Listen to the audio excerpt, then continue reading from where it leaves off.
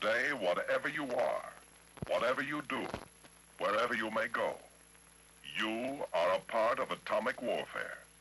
It involves you, personally, in laboratories and in the field, in little-known places and ways. Units of the defense establishment of the United States are learning to work with atomic weapons, learning to strike, learning defense against the effects of atomic weapons. Blast, heat, light, radiation. Military units work continuously with the laboratories of the Atomic Energy Commission and their new weapon ideas. The services devise handling equipment and techniques that are practical, and delivery methods that are deadly under any and all conditions of weather and warfare. 13 minutes from now, this airplane is going to drop an atomic bomb on your country. You will see it happen. You will know why. This is the record of military participation on an atomic test. Their objectives, their experiments, their results. 1950. A fierce international war rips through a small country on the North Yellow Sea called Korea.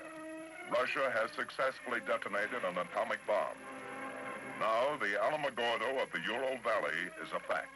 Now more than ever before, the balance of international power rests with atomic energy, with weapons moving steadily from assembly line to stockpile, moving to hidden subterranean vaults to be stored, ready and waiting. But stockpiling alone in this day and year is not enough. We need to develop and produce a greater number and variety, and possibly even more powerful atomic weapons. Weapons tailored for specialized uses and targets. But like all new ideas and weapons, new atomic bombs, to be useful and practical, must first be tested. The Eniwetok Proving Ground is available, but problems of logistics make it difficult to run more than one test a year at this distant proving ground. What we need is a site closer to our stateside laboratories and available air support. Somewhere in the continental United States, close to home, a stone's throw from lab to testing field. But where? For a long time, as a matter of fact, ever since Trinity, men from Los Alamos had been eyeing the great barren stretches of the Southwest. This region, for the most part, fits the bill. Isolated from centers of population, with favorable winds, with the necessary consistency of soil and formation of earth strata below. And so beyond the World War II training base, to the north of an early day Nevada stage stop called Indian Springs, 65 miles north and west of Las Vegas, an atomic range was established. A test site of over 400 square miles of flatbed valleys, mingled with mountains of solid rock, whose veins once colored history with gold and silver. A range remote from civilization, isolated, forgotten as the names of the men who once made their fortunes here. 5 times in the pre-dawn hours of January 1951, this long countryside came once more into international focus with Operation Ranger. The test of 5 atomic bombs. 5 successful airdrops that saved the weapons research program months of time, considerable money, and helped Los Alamos prove the radical new idea of small atomic bombs. Soon after Ranger, another use at the Nevada test site was apparent. This was a chance for the military to get more information on the effects of atomic weapons, vital facts. For what good are atomic weapons without full knowledge of what they can really do, and how we can be protected against their effects? The job of coordinating all military tests and supporting the AEC program at the Nevada site has been assigned to Special Weapons Command, a command that had successfully supported Ranger and has been in working contact with the AEC, as well as with all military units engaged in atomic research.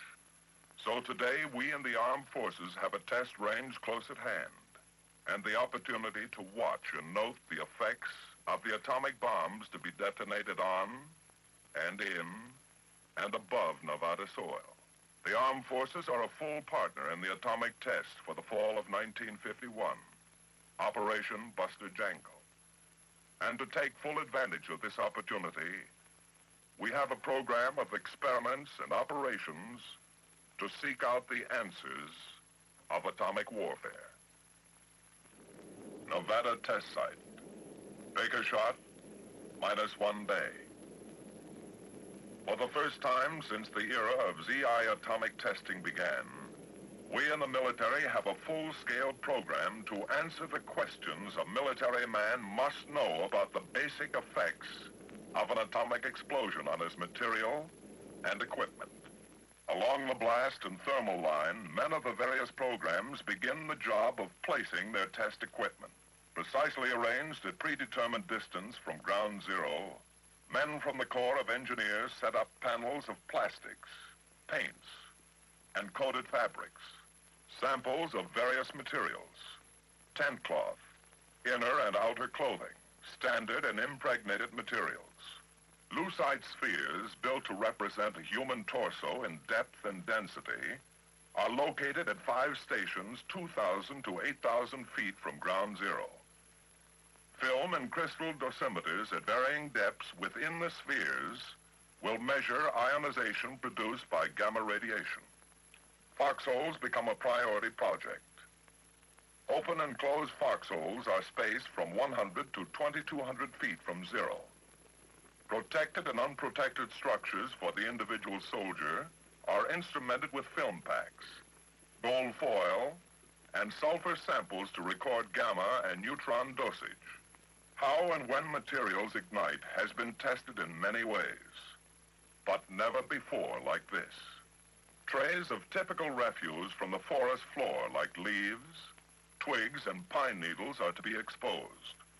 We want to find what thermal energy levels will ignite these materials, what effect the blast winds will have on continued burning. What could we expect if enemy bombs were dropped in our forests? Fresh limbs of trees and dry logs should help answer our question. Kirtland Air Force Base, 1600 the afternoon before the first airdrop of the operation.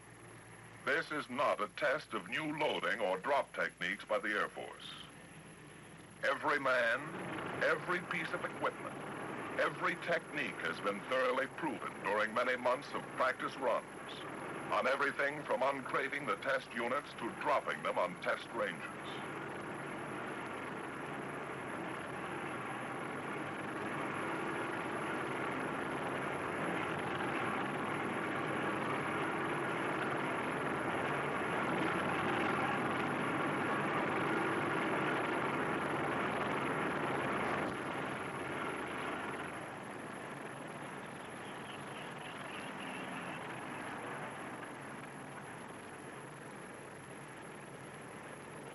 The original atomic bomb and most of the test units since that time have been detonated on tall steel towers. The towers are costly and take a lot of time to build. On a test operation like Buster Jangle, the gadgets that produce the nuclear explosions are not, in most cases, stockpile bombs. They are laboratory components, arranged in new ways. They are test devices placed in a common ballistics case to facilitate aerial drops. For the men of the Special Weapons Command, whose everyday job is working with the problems of handling and delivery of atomic bombs, the precision requirements of Buster Jangle weapons are routine. A bomber positioned over a loading pit.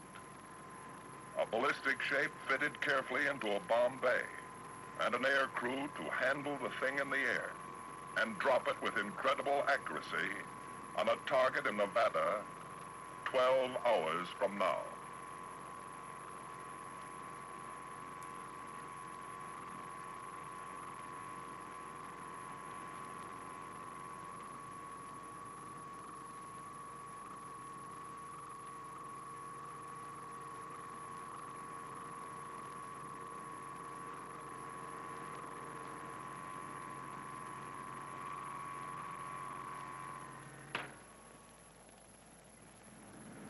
bomber ready, it moves off to wait its takeoff time under double guard.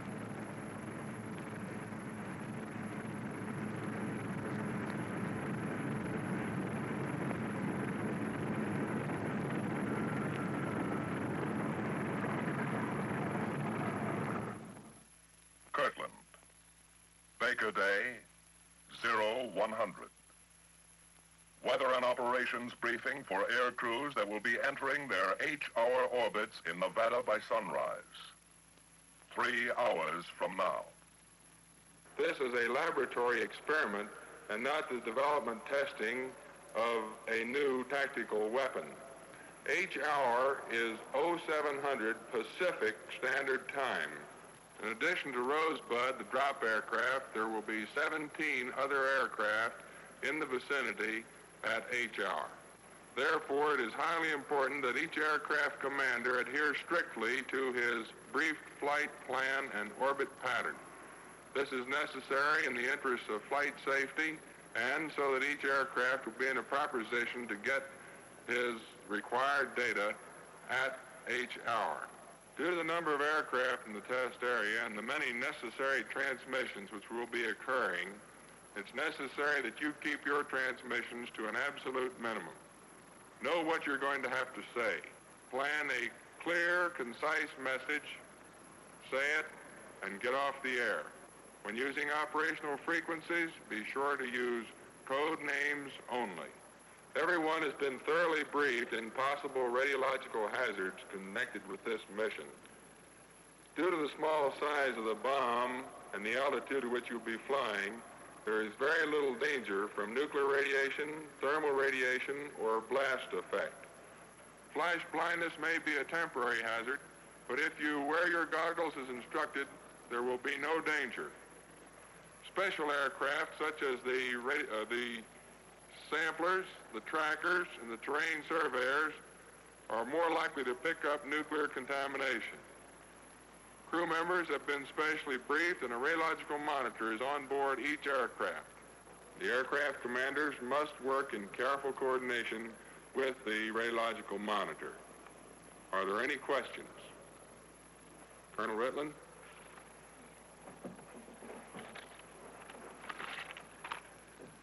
Gentlemen, the series of tests we are participating in today are unique in that this is only the second time that atomic bombs have been dropped within the continental limits of the United States. The general public and important people in our national structure will be focused on what we are doing. It is therefore particularly important that we produce an excellent mission. Within this operation, we have project officers and aircraft from the United States Navy and 7 Air Force agencies. You have been placed under my operational control so that we can be brought together to accomplish the mission as efficiently as possible. Each crew has been thoroughly trained in the technical aspects of your mission. This morning we have had a complete operational briefing for today's mission. With the background you have received and the training that you have attained on previous atomic tests, I am confident that you will successfully complete this mission. Now let's go and have a good mission. First of the air operations to get underway is the C-47, with a job to do only in case the drop plane gets into trouble along the way. If the drop plane has to jettison a unit of fissionable material.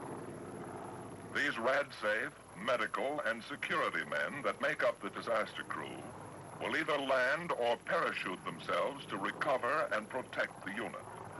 The drop plane, Rosebud, is in regular communication with the disaster crew from takeoff to 0 hour. Hello, Bottleneck. This is Rosebud. Go ahead, Rosebud. Bottleneck, this is Rosebud. Airborne is 0215, proceeding on course. Roger, Rosebud. For the newspapers of the world, a headline rides in the cold belly of an Air Force bomber.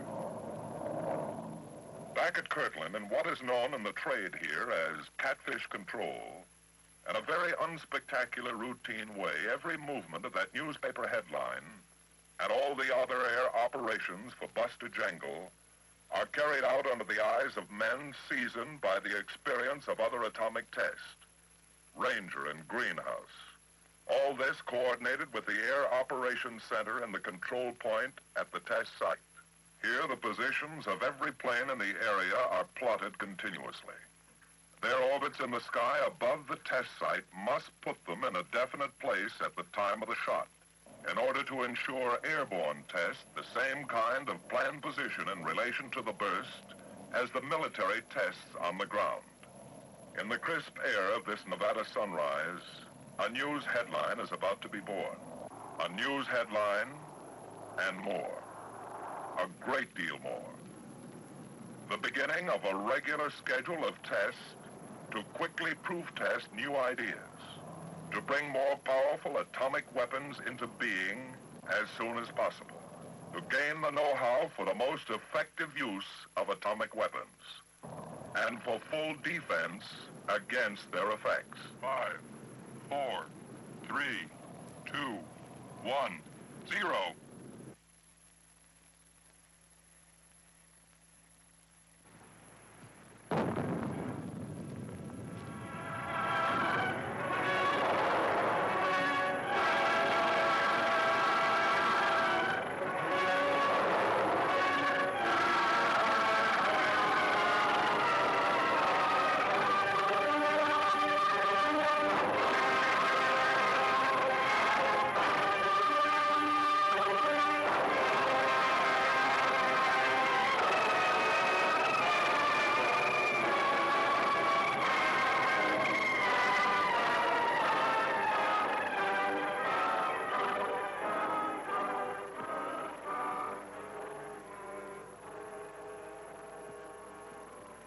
While the rumbling echoes of the Baker blast still race across the Nevada countryside, the first radiological safety monitors leave by helicopter to survey the radiation levels in the target area and around the test setups.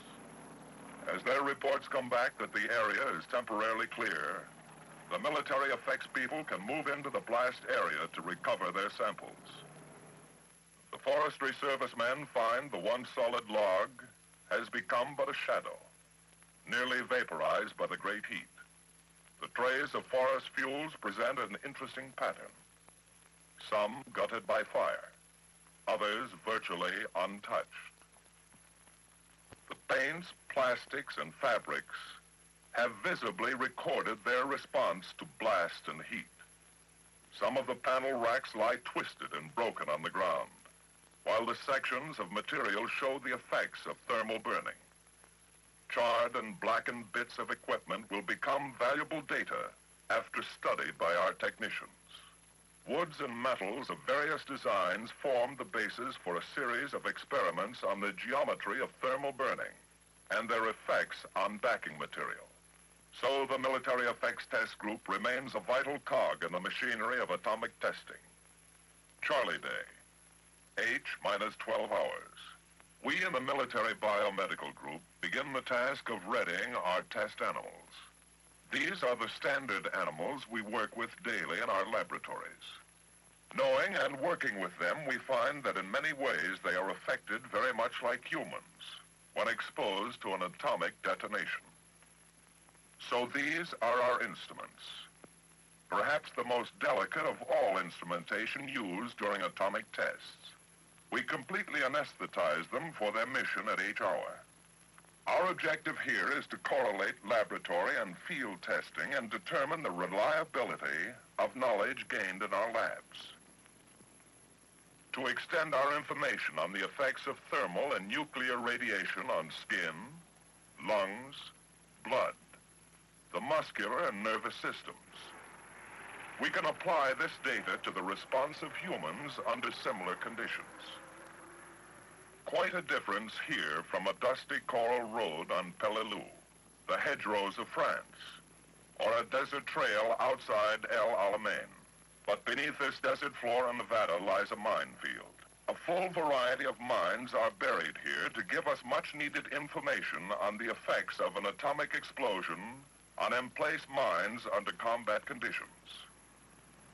At Kirtland, another test device is loaded aboard its special transport, Rosebud. Not a weapon, but a theory. An idea in a ballistics case. Another step in atomic energy enterprise. Perhaps another way to increase the yield of the stuff atomic bombs are made of. The test site ready, the valley where the tall mushrooms grow is left to spend the night before the shot, alone. Operation Buster Jangle, Charlie Day. How's the shoot check? Fine. Okay, sir. You gather around for briefing.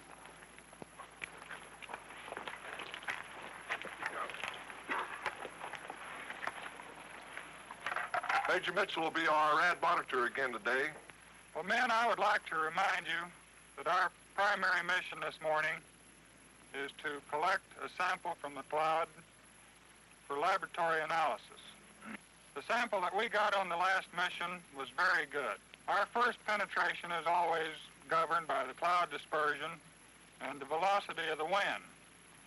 According to the latest information, it looks like our first pass will be made at HR plus 1.5. Our altitude 8,000 feet. The communications gem that we used on the last mission worked out very nicely.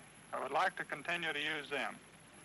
Would also like to remind each of you to hand me your film badge at the completion of the mission. That's all, Jim. Mitch, I'd like to add a thought to your briefing. We have a second mission to perform in this aircraft, and it's a very important one, at least as far as the Air Force is concerned. We're going to prove to everyone who has to do it that they can fly in this stuff and remain in this stuff as long as they observe a few safety precautions. When we are in the area around the cloud, the monitor will be the boss of the aircraft. Fellas, up to now, we've had 2 very successful sampling missions in our favor. You've all been briefed on the amount of radiation you can get and still be on the safe side. I'd like to assure you that you will never get enough radiation on the inside of this aircraft to give a thought to the consequences. Are there any questions? Yes, sir. Is the special exit procedure when we get down the same as it was on the last mission? The exit order will remain the same. Let's try not to touch the outside of the aircraft. And let's get over to the Rad Safe Center as soon as we can. Marvin, do you have your logs? Sure, Jim. I'm ready to roll. Okay, let's get aboard.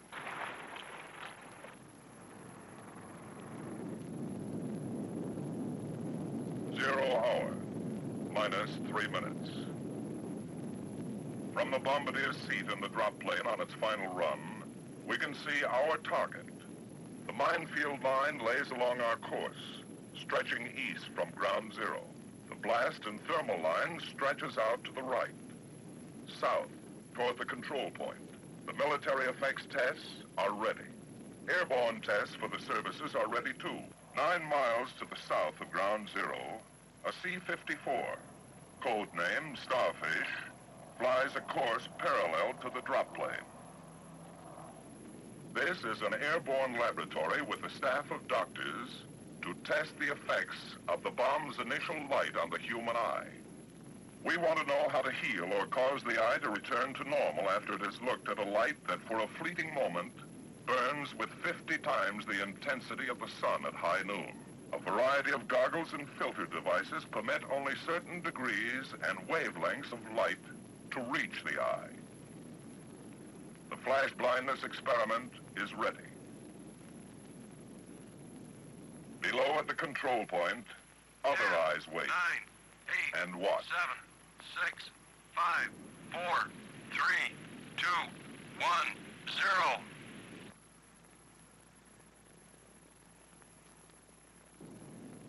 The men and doctors set about their study of flash blindness. Out of this experiment will come considerable specific knowledge about protection and treatment for men of the armed forces and the citizens of their country. All of this even as the Charlie cloud continues to boil. As the cloud begins to drift and roam beyond the test site, High priority is given to the earliest possible recovery of some experiments and data, like the animals of the military biomedical experiments. When the okay from RadSafe is received, we move in rapidly to collect our animals. Time now becomes the most important commodity, for these are living, breathing beings. Although still completely out from the effects of anesthesia, they can only go so long without food and water. So they are quickly removed from their blast line stations and carefully carried to the waiting trucks.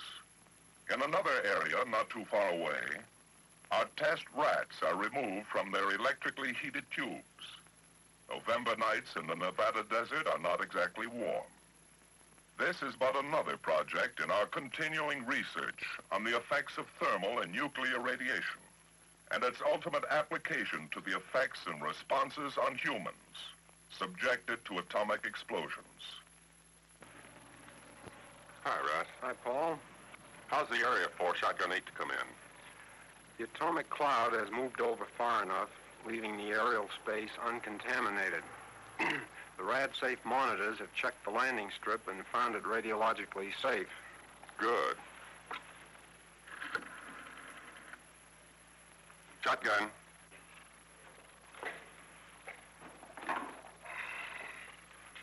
Shotgun, Wilson. The strip is clear for Shotgun 8 to come in. Roger. Area is clear. We'll dispatch Shotgun 8 immediately. Roger. Okay, Rivers, the area is clear. Go ahead and get your aircraft into the air. Report into Shotgun when you're passing the course. Roger. At the minefield, project personnel are returning with their monitor to recover and replace their mines. We hope that many questions will be answered for us about the bomb's effect on known types of U.S. and foreign mines, and countermeasures that can be perfected to ensure operational mines under all conditions. Offensively or defensively, the information gained here will play a vital role in future tactical situations. Shortly after recovery, the dogs, with their protective jackets removed, are snug in metal cages. They're on their way to meet Shotgun 8 for the trip by air back to their home laboratories.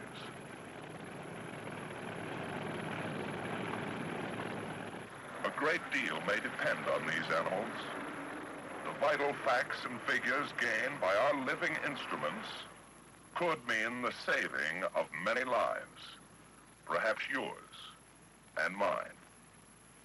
These dogs will play an important role in formulating new healing techniques. For without them, we are handcuffed, unable to observe, study, treat, and heal.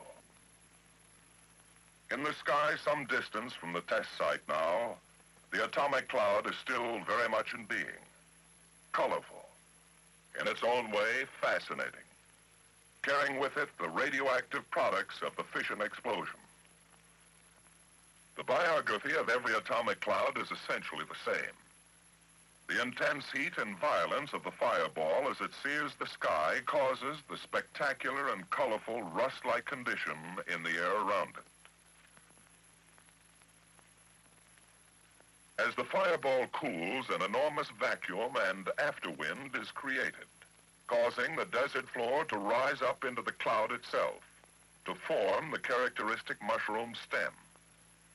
The cooling also sets up a rapid condensation in the air around the fireball that sometimes produces layers of ice crystals, literally an ice cap. Knowledge gained on previous nuclear weapons tests has produced the theory that once the cloud has formed and stabilized in the sky, the vitally significant fission products and so-called unburned fission fragments don't distribute themselves evenly, but tend to collect in very large invisible pockets, hot pockets, or cells inside the cloud. The particles that are suspended in these nebulous cells indicate many things that happen inside the bomb, as well as the efficiency of the fission reaction. So attempting to locate the cells and collect samples from them is a mission of the highest priority. Airborne by the winds, the cloud soon shears and spreads thin over an increasingly wide area. The radioactive cells become less concentrated, each one sometimes stretching over many square miles. They can't be seen, but will readily tip their radioactive hand to airborne detectors. Drone B-17s collected samples of the atomic clouds on Crossroads in 1946 and Sandstone in 1948. But on Sandstone, a manned aircraft accidentally encountered a good sample while tracking one of the atomic clouds. For Operation Ranger, all of the cloud samples were collected by manned aircraft. On Greenhouse, the test at Eniwetok in the spring of 1951, samples collected by manned aircraft equaled those gathered by drone planes. So manned samplers now have their permanent place in nuclear weapons testing, very probably replacing the pioneering drones entirely. At this moment, the samplers are orbiting at several altitudes a short distance downwind, awaiting the order for their first penetration of the cloud. Mounted on their wings and fuselage are filter boxes, holding chemically pure papers to capture sample particles of the cells, if they can be located. The men inside are standing by, making final preparations for their first pass through the Charlie Cloud. Their operations are based on considerations of each cloud individually. Their penetrations are ordered from the CP. Charlie Cloud, H plus 1 hour and 30 minutes. Take a look, Hal. It's okay to me. Okay, let's see. Say, that's Cream Puff 3, isn't it, Paul? Yes, that's Cream Puff 3. How's it look? Well, it looks pretty good. Why don't you have him try a first penetration? That's okay, Hal. Let's try Plan 3, though. Plan 3, is that okay, Hal? Right. Hello, Cream Puff 3. This is Keyhole. You're cleared to start first penetration. Follow Plan 3. Visually, Cream Puff 3 seeks out and heads for the most dense portion of the cloud. His mission plan is simple. Before reaching the visible cloud, the sensitive survey meters in the plane start to climb as it enters the invisible field of gamma radiation that surrounds the cloud. If the plane misses a cell, the meters return to almost a zero reading when it emerges from the gamma field on the opposite side. If so much as the edge of a cell is touched, the plane is instantly contaminated, and the meters will continue to read comparatively high. The plane will continue to make passes until it has made a sufficient number to collect the required samples. Penetrations are delayed and spaced to keep personnel contamination to a minimum while collecting the vital samples. With a selection of radiation detection instruments inside, the monitor tries to locate and penetrate a cell of hot stuff in the cloud. For anyone who may ever have to work in the hot stuff, the most practical precautions are being tested and proven here on Buster Jangle.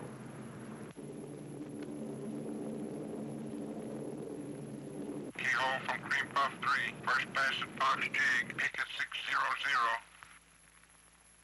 Cream Puff 3, this is Keyhole. Proceed with your second pass.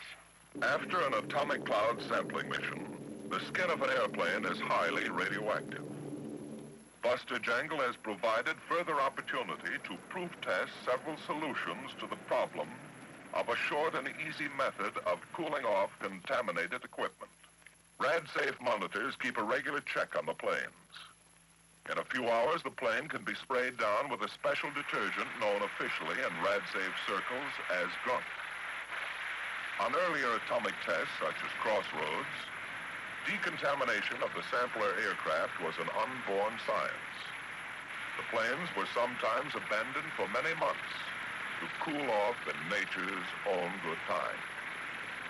The experience gained and the quality of samples collected by these planes in the course of Buster Jangle proved that jet aircraft can get the required samples with less personnel exposure.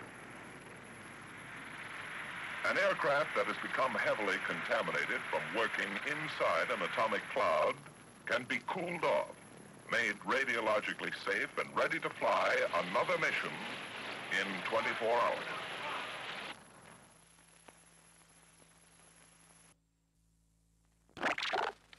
What's the dog? There is a continuous flow of information into Weather Central at the control point from all over the world, by wire, by teletype, by facsimile. The weather story is continuously written and revised on a global scale. In any test operation involving a radioactive cloud, the final decision to produce that cloud, to detonate a nuclear weapon, is always based on weather. We're looking for the most advantageous time for each detonation. Advantageous for test purposes, as well as the radiological safety of communities in the path of the cloud. Finally, the forecasts are compiled into a single report, a little volume compiled every 6 hours. For the Federal Civil Defense Agency, the Military Effects Program people have built and are instrumenting a variety of shelters that might be built for military installations in the field or in backyards for civilians. Some of the shelters are constructed of concrete blocks, some of wood, some of corrugated sheet metal. All of them have the additional protection of several feet of dirt piled on top. Through the night before 0 hour, as often as necessary, the test director and his staff will meet with the weather officer for briefing. The winds at the surface are 330 degrees at 5 knots. At 10,000 feet, they're 330 degrees at 14 knots. And at 25,000 feet, they're 340 degrees at 35 knots. Taking this forecast over to our trajectory problem, we find that the red, blue, and black lines representing the 10, 20, and 30,000 foot levels of the cloud will take a south and southeasterly trajectory and will head right down south into Mexico. Taking this trajectory and transferring it to a map of a larger scale, I have here presented the 10,000, the 20,000, and the 30,000 foot levels. Each of these pegs indicate a 2-hourly movement of the cloud at these various levels. I believe, Dr. Graves, that's all that I have at this time. Well, thank you very much. What do you say, Rush? Should we go ahead? Favorable, Al. What do you think, Duncan? Already out. Jack? Okay by me. Can your planes operate with these winds, Ed? Yes, sir. With this forecast, conditions look very favorable for us to establish our flight patterns. What do you say, Tom? We're all set, Al. The mobile teams have already started to shift their positions. Well, Carl, I think we should go ahead. Okay, Al, we have a shot. Dog Day. H minus 2 hours and 30 minutes. Rosebud approaches the test site. Hello, Keyhole. This is Rosebud. Over shotgun at 0430. Keyhole to Rosebud. Switch to channel 30. Keyhole, this is Rosebud. Going to channel 30. Now, on the very high-frequency radio channel, a test site in readiness focuses its operations on the reports that come down from the dropped plane. The same plane and crew that dropped the 5 bombs of Operation Ranger, the first CI test. Keyhole, this is Rosebud. Request information of the day. Over the control point, the bombardier starts collecting the latest dope on winds, temperatures, pressures, and humidity at various altitudes. Information that will help him make the most accurate drop possible. There's a lot of work to be done before a bomb's away. Hello, Keyhole. This is Rosebud. In target area. The bomb is not yet armed. Final preparation of the test unit is delayed until the drop plane is safely beyond any inhabited area. While the weapon is put in readiness, Rosebud will hold an orbit pattern over the now deserted target area. The unit of fissionable material is monitored at regular intervals before being fitted into the weapon. Pilot to weapon here. We are depressurized. You may begin your IFI. To permit in-flight access to the bomb bay, Rosebud flies at an altitude of 10,000 feet for its IFI circle, the holding pattern for in-flight preparation of the weapon. Up forward, the bombardier readies the bomb site well ahead of time. as the weaponeers, the ever-present midwives for nuclear weapons, start the job of putting the test device in a state of readiness for the drop. In the skies around the test site, all the other planes are present and accounted for well in advance of H hour, orbiting their time in assigned patterns. 3 B-50s are on hand to develop airborne techniques for determining bomb damage, IBDA. Indirect Bomb Damage Assessment, it's called. What they gain on these tests may eliminate the need for post-strike reconnaissance, risk fewer men, and fewer planes on an atomic mission. Inside the IBDA planes, they're working out the problem with equipment in standard use throughout the Air Force today. Though a radar beam will not penetrate an atomic burst, it may be possible to tune the radar screen in a way that will permit the clocks and camera in the setup to record ground zero, the exact time of the fission explosion, and the height of the burst. Aerial photographs will help determine the specific kiloton yield of a bomb. If ground zero, height of burst, and yield can be recorded by this combination of equipment. A couple of miles below, in Rosebud, the weaponeers are winding up the tedious and exacting job of putting the test unit in readiness for the drop.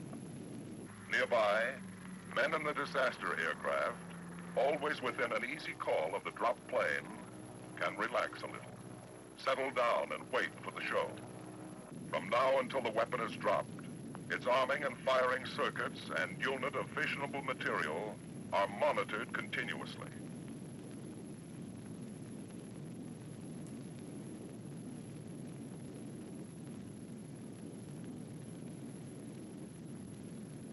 Pilot, the engineer, give us a climb power setting, please. Rosebud is pressurized once more and climbing for the job to be done at altitude. Tadpole 1, this is Rosebud. Go ahead, Rosebud. This is Tadpole 1. Request winds at altitude. From the IBDA aircraft upstairs, the bombardier gets the word on winds and weather at bombing altitude. An hour and a half later, after 3 trial runs at altitude to establish the track it will make over the ground for the bomb run, Rosebud nears the end of the base leg of its final pattern. Get ready to turn in 5 seconds.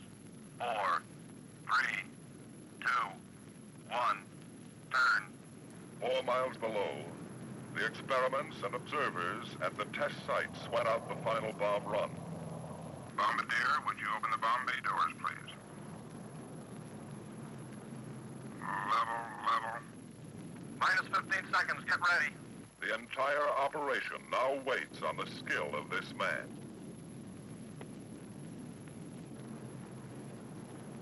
This bomb crew is allowed a maximum error of 200 feet from ground zero, with a 2-second leeway in time of burst. Level. 10, 9, 8, 7, 6, 5, 4, 3, 2, 1, 0.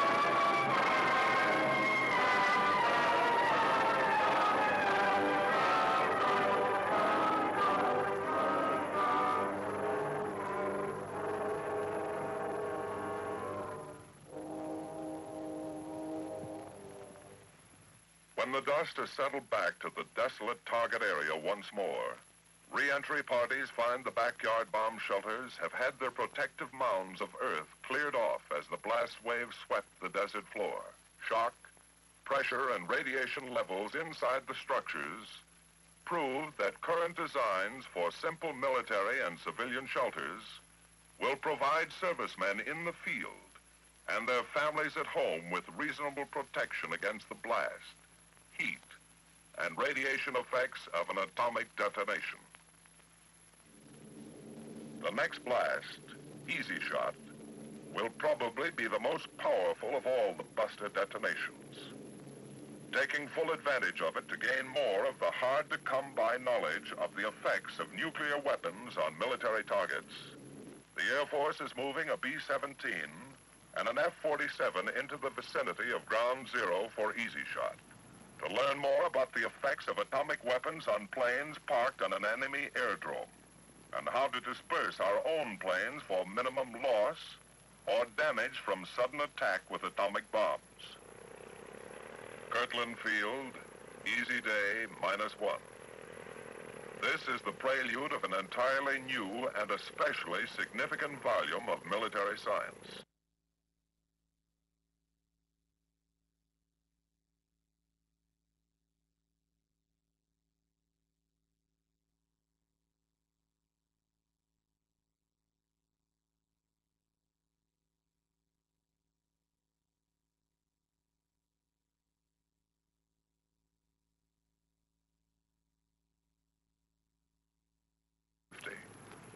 So this will be the first live nuclear weapon in history to be dropped from a jet aircraft. The secrets of the bomb have been and continue to be our most guarded secrets. In all our atomic energy enterprise, there is no priority higher than preserving the security of those secrets. It's a physical thing like guards and passes and security screens, and it's an individual thing in the minds and hearts of men. In an atomic test, as in the everyday duties of those who work with nuclear weapon development and technology, security is the highest obligation and responsibility. Oh, that's fine. I'm glad it's all set. Okay, Sid, we'll be seeing you. Goodbye. Mac, that was Sid Newberg over at AEC. He's got some information he wants to talk over with us tomorrow morning. Before we leave, Colonel, here's a essential elements of information report that came in just before you got here. I think we've got time to go through it if you'd like. Yes, I think we should, Mac. With another shot coming off in the morning, it's good to know these things. I checked with the FBI and the OSI a little while ago. There are still 5 known members of the Communist Party operating in our area, Zone 1, at the present time. They're the same 5 we've had for quite some time. They're still underground and still no indications of any organized meetings. Along the Mexican border, there doesn't seem to be any significant movement of subversive elements into the country. Now, the picture in Zone 7 around Las Vegas indicates 2 members of the Communist Party registered at a hotel there yesterday afternoon. We have them under 24-hour surveillance. Indian Springs, for some reason, still appears to be negative. And that about sums it up. The internal situation here at Kirtland seems to be good, too. Well, that's fine, Mac. Well, I suggest we call it a night. That sounds good to me. Okay, Mac. Thanks for staying down this evening. I'll see you tomorrow. Right. Oh, good night, Colonel. Good night, Mac. Easy Day, dawn plus 13 minutes. Ground Zero in Nevada is only minutes away from Kirtland in the jet delivery wagon. History is airborne.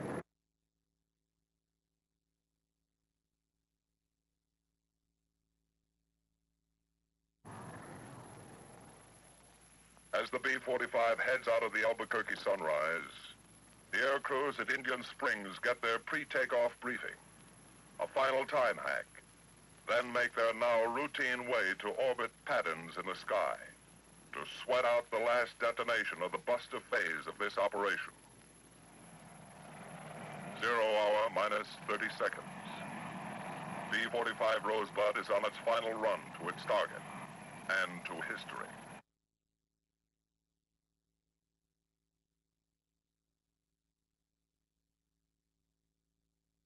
The easy target waits alone and unobstructed for its place in the chronology of nuclear weapons development. The military effects tests are ready once more for their individual H hour.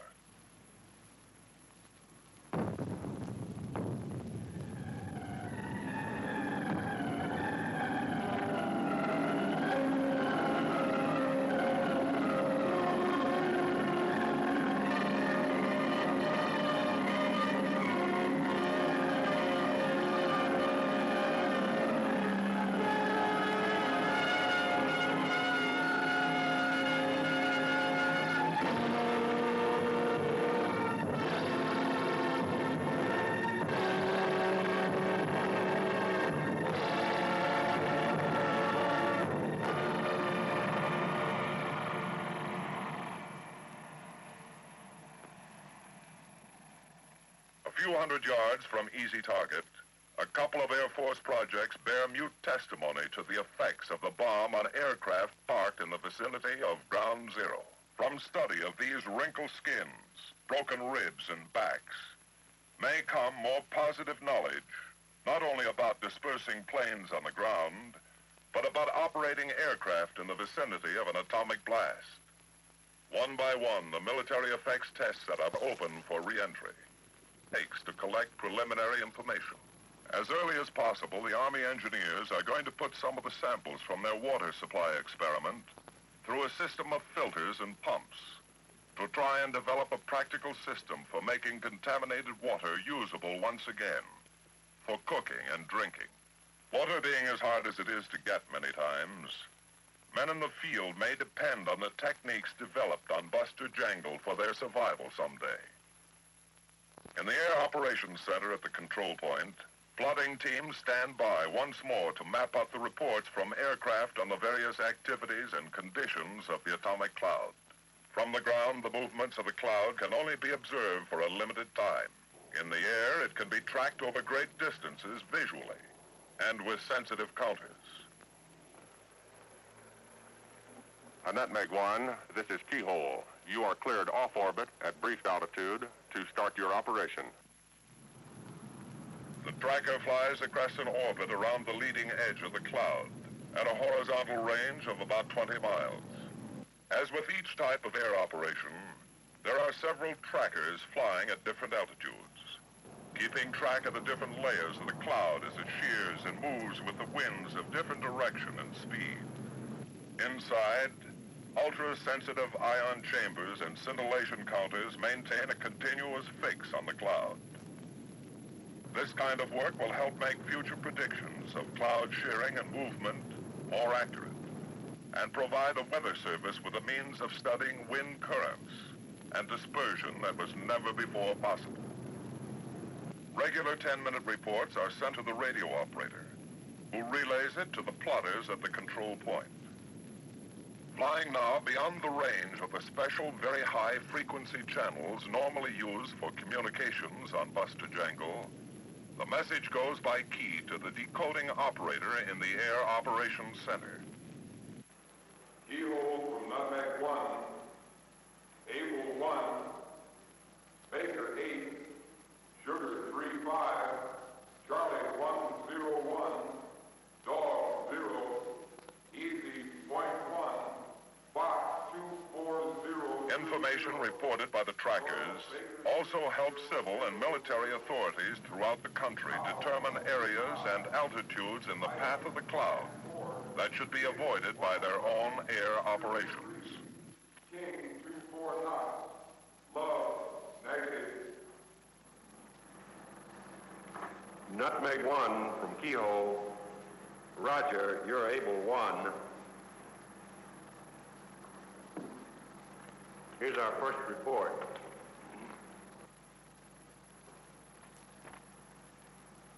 Hours later, when the trackers are released and the position and radiation levels of the atomic cloud are plotted out to 600 miles, all air operations are completed for the buster phase of the test.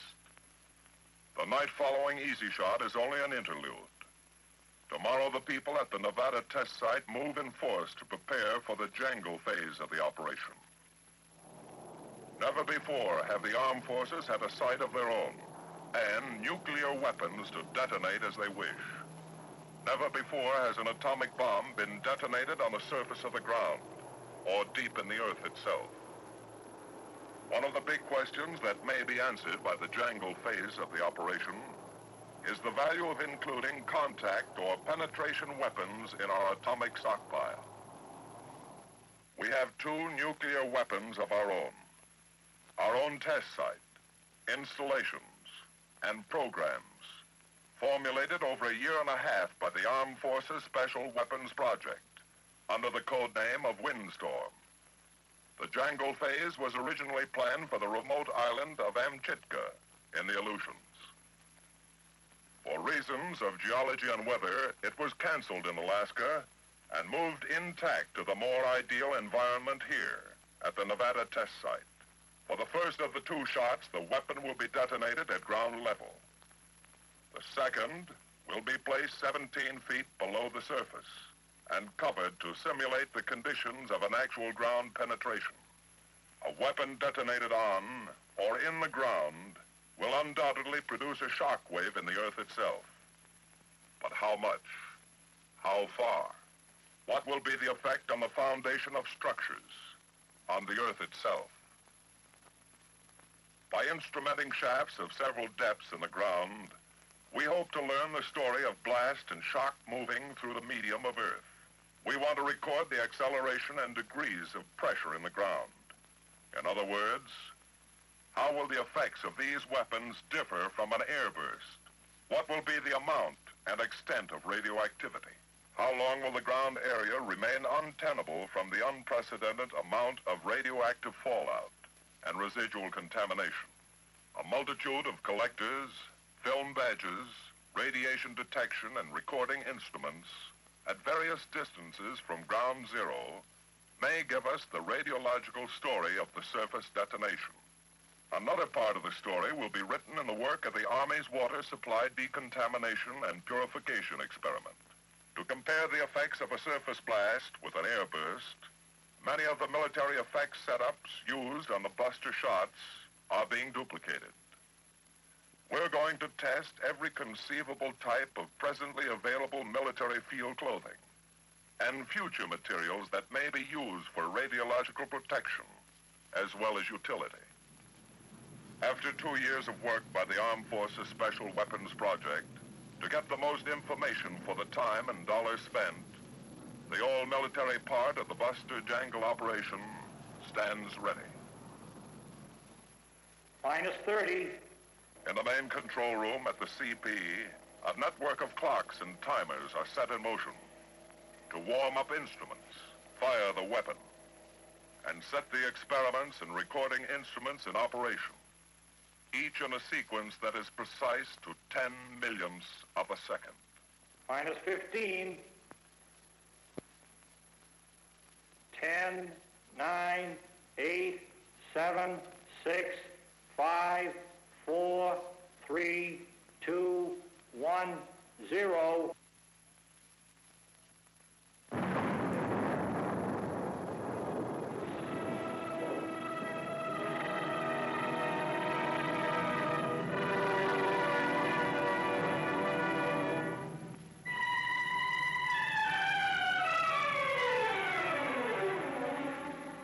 Rocket smoke trails form a grid in the sky to help us measure free air pressure.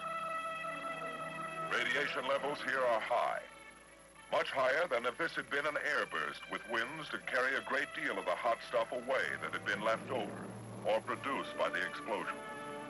But as always, some information of extreme value to us can be had inside that dust cloud and in the crater itself, if we can get at it in a short time. Orbiting a few miles downwind, the men in a Navy P-2V are making an airborne evaluation of the radiological situation. They're working with all manner of devices to help develop easy and quick techniques and equipment that an airline transport or military plane can use to detect and stay clear of an atomic cloud. Like so many of the military tests, this is a continuation of experiments started on Greenhouse. Before the tons of Earth, suspended now in the sky, settle back to the desert floor, they're going to make some low-level passes directly over the bomb crater and drop instruments by parachutes. Hello, Pelican 1. This is Keyhole. You're cleared off orbit to begin instrument drop. Over. Roger, Keyhole. This is Pelican 1 entering area.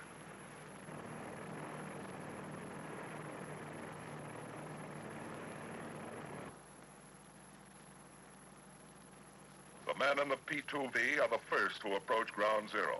With their instruments, they will record the first chapter of the radiological story in the target area and bomb crater. Instruments are parachuted into the area, which send back to the men in Pelican 1 a telemetered signal of their findings. The answers to radiological questions from the interior of the dust cloud that still hides the crater from the eyes of anxious observers. In a little while, ground monitors mark off the outer limits of personnel re-entry to the blast area and the distant surface shot crater. But there are some samples of soil from the fringe and interior of the crater that will be of the greatest value if they can be gathered up before they run the limit of their radioactivity. The eyes of a few men are going to get a close view, now, of this hole in the ground that once was ground zero. To make this possible, Army weasels, drone weasels, are warming up now for a sample collecting trip into the crater area. Sample gathering by remote control, observed and accomplished through the use of television. Mounted on the front of the weasels are compact television cameras that can be made to move in any direction, like the weasels themselves.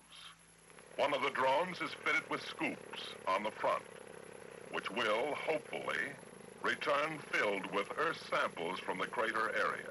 They travel their own private road from the remote control station to the mound of Earth that circles the surface shot crater. The other weasel has a drill bit mounted on the back, which will be doing some remote controlled digging for sample cores of the crater. For many reasons, it's important to know the fallout pattern and levels of radiation in the wake of every atomic cloud. To get the information that makes up the radiological picture of the terrain and the path of the cloud, the survey planes fly at very low altitude, about 600 feet above the ground, back and forth across the path of the cloud. They avoid the cloud itself, but have special filters loaded to catch invisible samples of fission products that might be lagging behind the cloud. They can monitor the terrain with ultra-sensitive detection devices, like scintillation counters, beta-gamma survey meters, and air conductivity instruments. Pieces of the picture are called in regularly, every few minutes to the plotting room at the control point. Gopher 2 to Keyhole, cable 1-2. Charlie 1340, dog 14, easy 8000, Fox. Ground monitors are standing by to move into any areas the terrain survey planes may find to be potentially hazardous hotspots, after reworking them first from the air. Request permission to rework areas dog 14 and dog 15. Gopher 2 from Keyhole. Roger, you're able 1-2. Affirmative. Rework areas dog 14 and dog 15. In time, the sugar site will be cleared for the kind of detailed study we want to make to evaluate the effectiveness of an atomic weapon detonated at ground level. For one thing, we hope from the knowledge gained on tests of the open and closed foxholes that a doctrine on the development of protective shelters for combat troops will be evolved, giving effective protection from blast, heat, and radiation for soldiers in the field. Now the push is on to get ready for the final phase of the Buster Jangle operation, the last shot. It's going to come off 2 miles to the north of the surface shot crater at Uncle Site, location of the underground shot. Here in a semicircle around 0 point are 26 projects and 63 principal structures, perhaps the largest single military effects program. Once again, as in Greenhouse, the program is a joint one. The Army, Navy, and Air Force have joined in formulating a series of projects to obtain data on the responses of underground and surface components subjected to a subsurface atomic detonation. During the Greenhouse and Dugway tests of 1951, we were able to collect a sizable amount of information about the effects of ground shock and air blast on typical structural types. Now we are seeking experimental data from the other direction. An underground atomic blast. With the buster phase of the operation over and the surface shot completed, all attention now centers on structures. The scope of this one program can and will create far-reaching effects on the design criteria of future military and civilian building programs. For example, Army structures. From a 3-bay steel structure with a superimposed load to represent upper floors, the Army wants more information on damage and resistance to small factory and office buildings. Air Force structures. A 2-story reinforced concrete building. Here, the Air Force seeks information on the response of such building types and data to make damage predictions in possible target areas. 2 types of brick industrial chimneys will furnish facts on the behavior of masonry structures when hit by both earth shock and blast. At varying distances from 0 point, the Navy has buried standard utility distribution services: water, sewer, steam, electric, and gas mains. Some types are now in use throughout our cities and military bases. Others incorporate new developments for piping and connections. All these put under hydrostatic pressure to determine how these materials will withstand an underground atomic blast. A buried precast concrete fuel storage tank. How well will it withstand ground shock? What pressures will cause it to rupture? The Navy has a continuing interest in the problem of personnel shelters. These buried structures will get us a lot closer to eliminating the question marks of civilian and military protection during atomic attacks. A rigid frame building, a cylindrical arch rib structure, the beehive building. From these, the Navy hopes to justify specific design and construction formulas for the fabrication of adequate personnel shelters, with 2 types of runway surfacing, one precast and locked together with lengths of iron rod, the other a standard poured-in-place runway. The Navy will be able to make comparison tests of the effects of an underground blast on the 2 types. A few feet from the detonation point, several separate sections of concrete aggregate wall rest on a foundation like that required to hold a 5-story building. In a matter of microseconds after the blast, these walls will be shattered and thrown out from the target source in a rain of concrete missiles, hopefully to land on 2 blacktop collection areas. With this project, we're trying to learn how we can increase the radius of destruction from concrete fragments thrown out by an atomic explosion. The day before Uncle Shot, the bomb is lowered 17 feet into the ground to its platform. Here, for the first time, an attempt is being made to determine the feasibility of stockpiling a penetrating weapon. Once the weapon is in place, metal cover pans filled with dirt are placed over it to approximate the weight and density of the removed earth. Our instrumentation has been installed, and the underground structures put under their earthen blanket. As the area clears, the feverish atmosphere that has characterized the site for many weeks disappears. It's quiet, and in a desert's own way, lonely. Shot day. 6, 5, 4, 3, 2, 1, 0.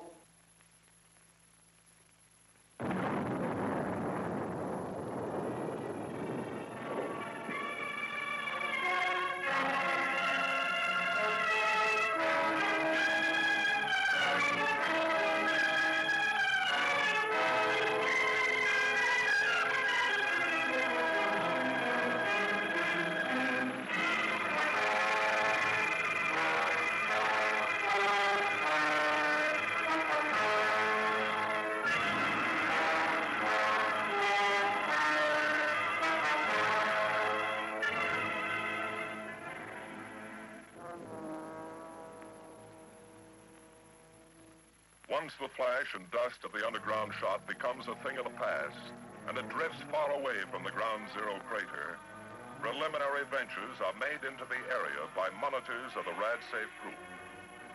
In the language of the radiological safety monitors, the area is hot. Too hot for any immediate full-scale recovery work. Because here, as in all other peacetime work with radioactivity, each man is permitted only a very small total dosage of radiation, far less than he could safely tolerate in a combat situation. These men know radiation. They live with it daily, here in the field and at their home laboratories. They have neither fear nor question. They just treat it with respect and observe a few simple precautions. Structures appear virtually untouched. Others are shattered and broken by the blast. The buried structures, of course, will remain as they are until we can return in full force to collect our data. For the time being, all we can do is be patient and wait for the radiation level to lower to a safe degree. Once it does, we will gather our facts and data and return to our laboratories for further study. This is a continuing job, this business of atomic testing. The scientist never stops in his search for more efficient use of our stockpile material. We must never stop in our work for more complete knowledge about the effects of atomic weapons. We don't dare. Military effects testing will continue on all atomic tests, equipment, material, and structures. Whether destined for military or civilian use will be our test devices. A thorough knowledge of blast, nuclear and thermal radiation is our goal. This is our story of military effects. As we go back to our bases and laboratories all over the country, we leave the test areas as deserted as the ghost mines and towns of the surrounding Southwest that carry their silent memories of boom times and activity. But there's a difference. This remote valley in Nevada is going to come to life in history again, several times a year. There's much to be learned. Our job here has only begun. We realize this even more when we get back to home base with our instruments and data, and have the time to study the results of Buster Jangle and evaluate the next set of military effects programs, and the next, and the next. While some of us in the Army, Navy, and Air Force start to work on future atomic tests, some of the rest of us are helping the Atomic Energy Commission develop the ballistics for yet untried weapon ideas, making them compatible with military equipment, devising and refining the equipment and techniques for ground handling of weapons before they have been proof tested, and grinding a polish into techniques for dropping these new atomic weapon ideas, sometimes using equipment for delivery that is standard today, and sometimes working with both the weapons and delivery wagons of the future, so that when they have been proof tested by the Atomic Energy Commission, the armed forces will be ready with the know-how to put them into immediate use, combining this knowledge and confidence with the experience gained in operations like Buster Jangle in working with the effects of atomic bombs, knowledge for the deadliest kind of atomic strikes on enemy targets, and experience for effective defense of our own cities and military installations, making the defense establishment of the United States a little stronger every day.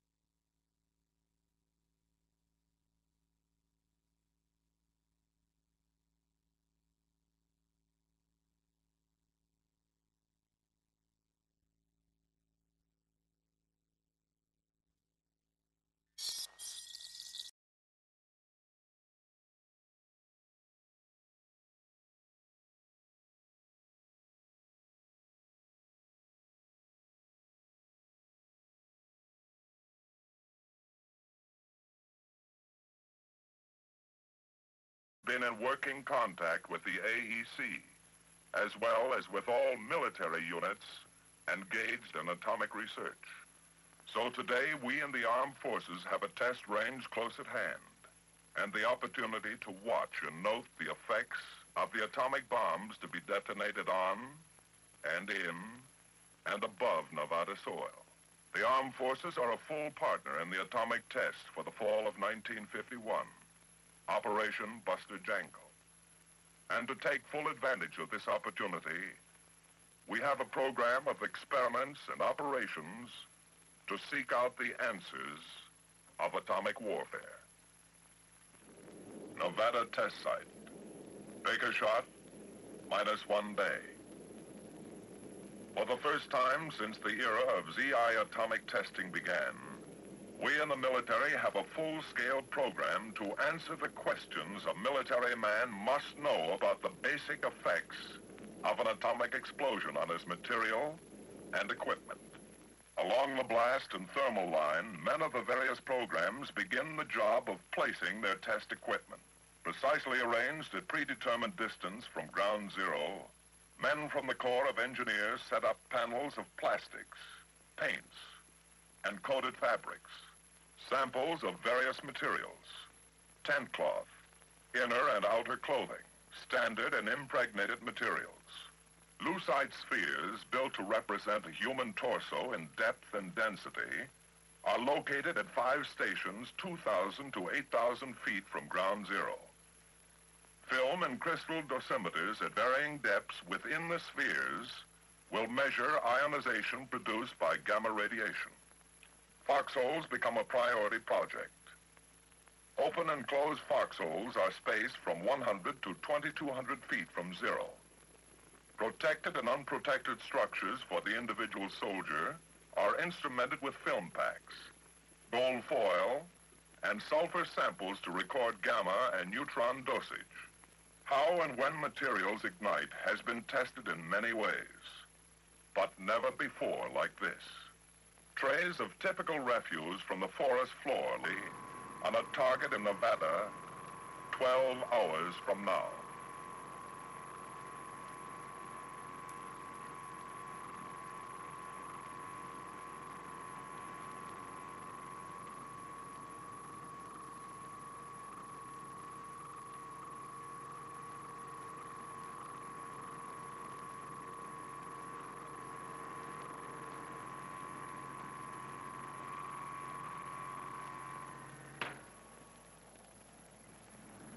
The bomber ready, it moves off to wait its takeoff time, under double guard.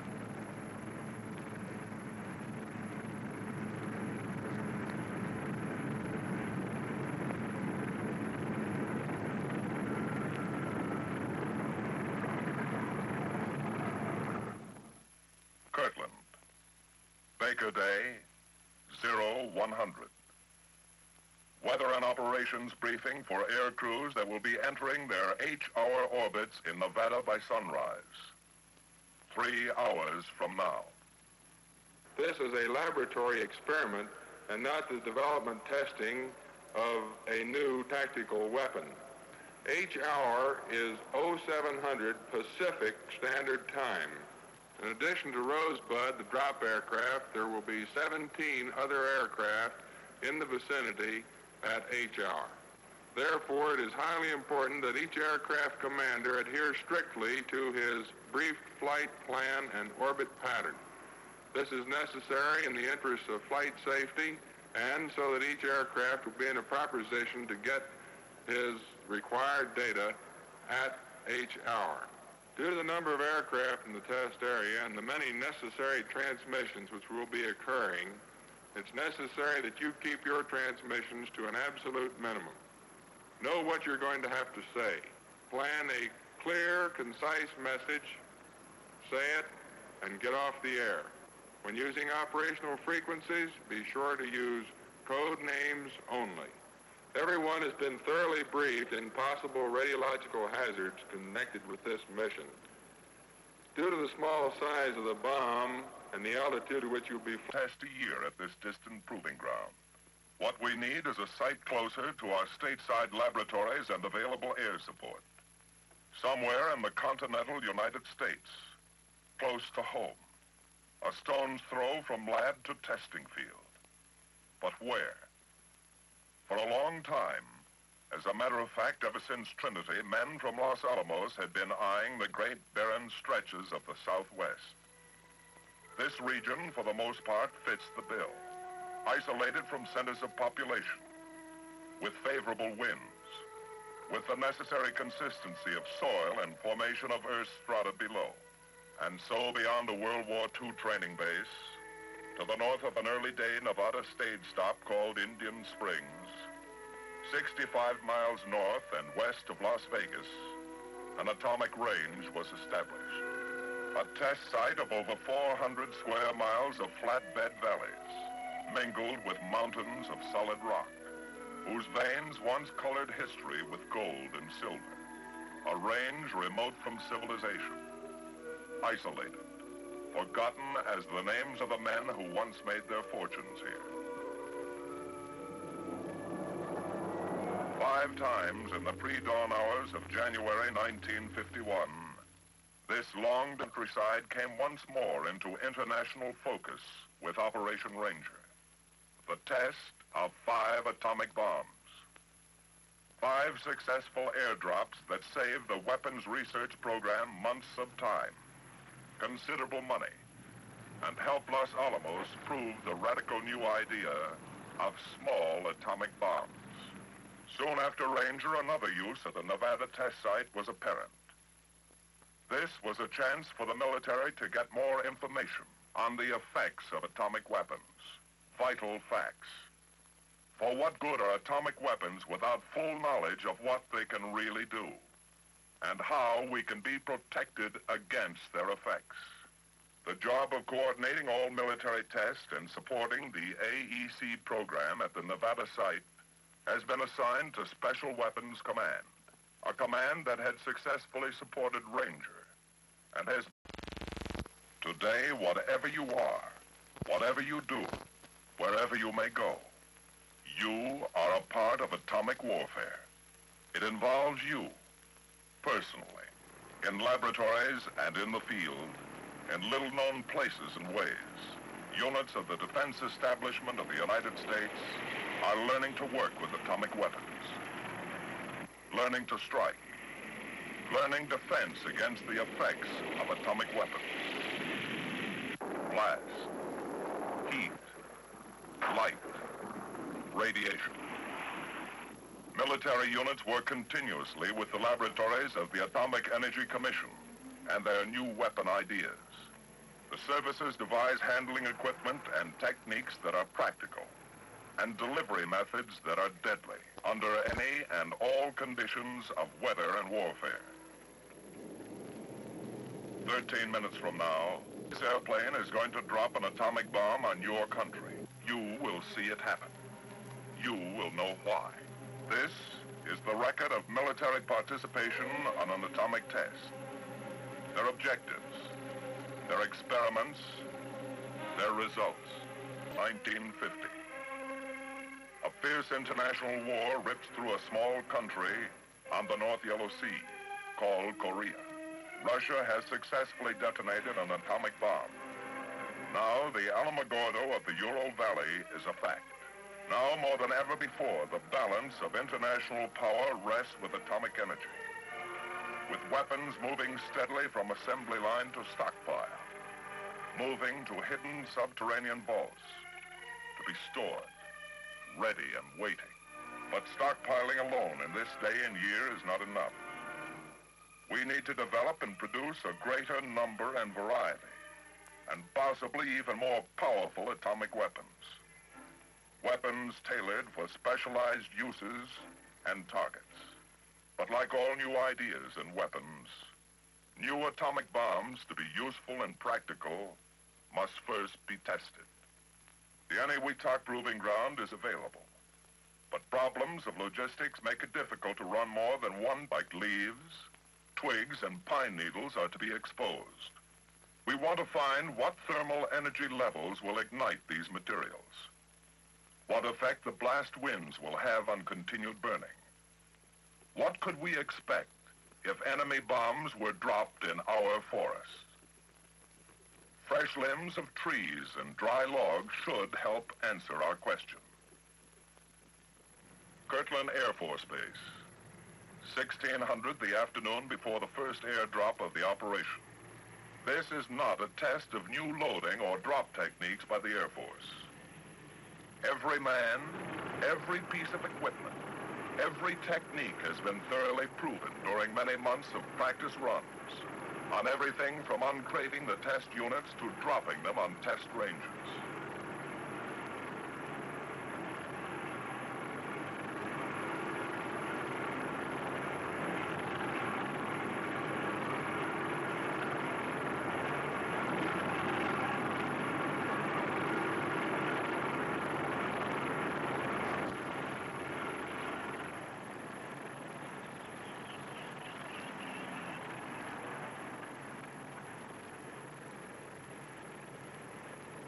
The original atomic bomb and most of the test units since that time have been detonated on tall steel towers. The towers are costly and take a lot of time to build. On a test operation like Buster Jangle, the gadgets that produce the nuclear explosions are not, in most cases, stockpile bombs. They are laboratory components, arranged in new ways. They are test devices placed in a common ballistics case to facilitate aerial drops. For the men of the Special Weapons Command, whose everyday job is working with the problems of handling and delivery of atomic bombs, the precision requirements of Buster Jangle weapons are routine. A bomber positioned over a loading pit. A ballistic shape fitted carefully into a bomb bay, and an air crew to handle the thing in the air and drop it with incredible accuracy.